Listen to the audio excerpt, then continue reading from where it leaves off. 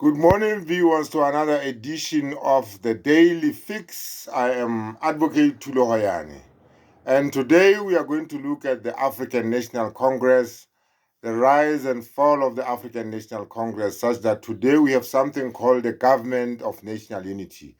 Just what happened? Where did it all go wrong? We have never had a Government of National Unity in this country since 1994. Just why? How did we get here? Let me give you some analysis of what's going on here. The African National Congress has always dominated the political scene in South Africa. It has been running the show from Mandela to Ramaphosa now. The African National has always been at the helm of South African politics. But over the years, ordinary South Africans, and specifically black people, have lost confidence in the ANC.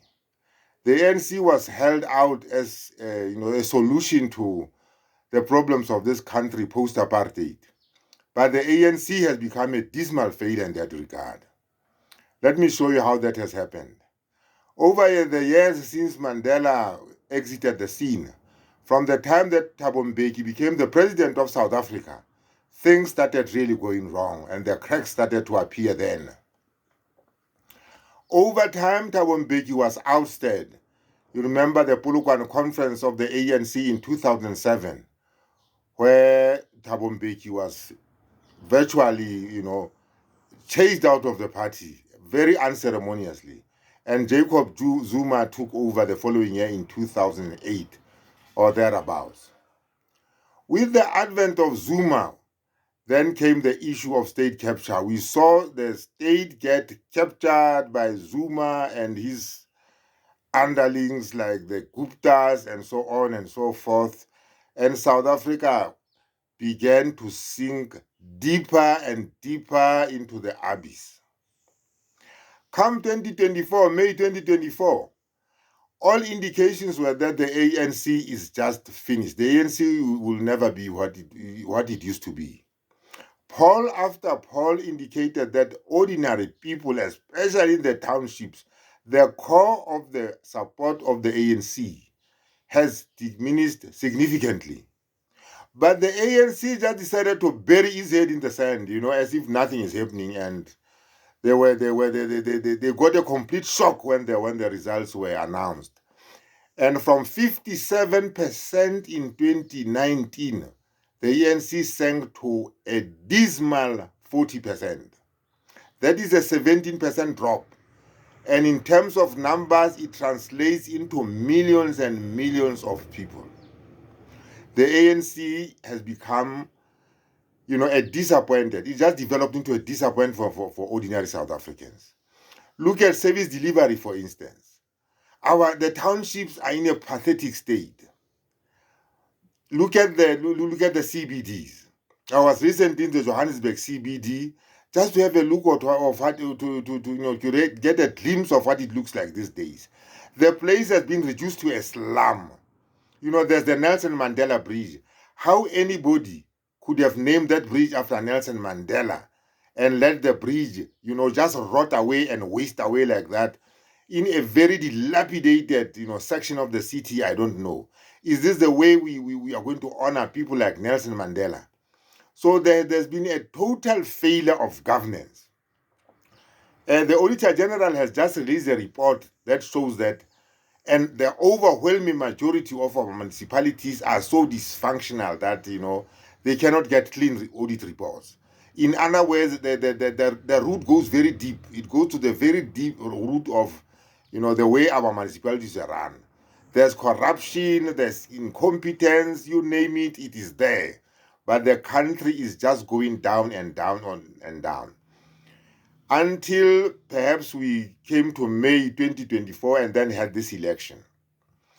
And then we came up, President Ramaphosa posed the election in view of the fact that the ANC had been decimated, so to speak, came up with the idea of a GNU. What is the government of national unity, for God's sake? This is not the government of national unity.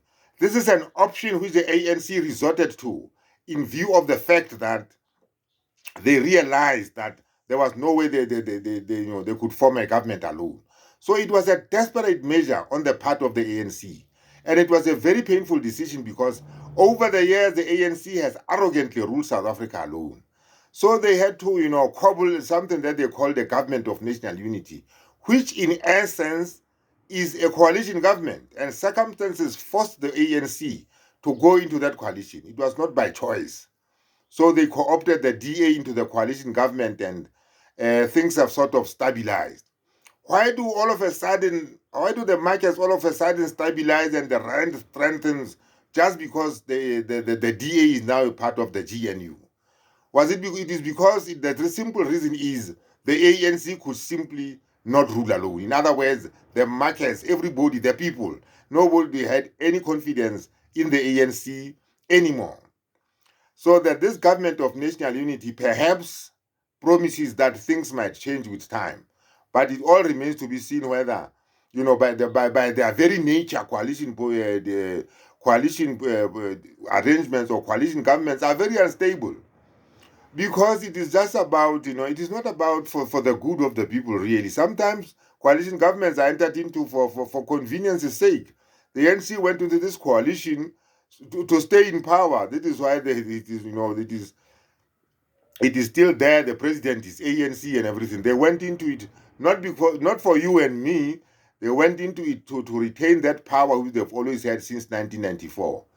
So we'll take a look at this and see where things are going. But I'm not very optimistic that things are going to change radically.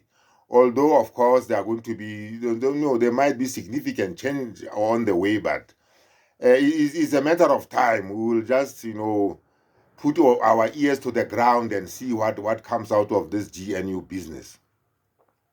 Once more, as your host, Advocate Tulo Hoyan, I would like to say to you, please press that subscribe button.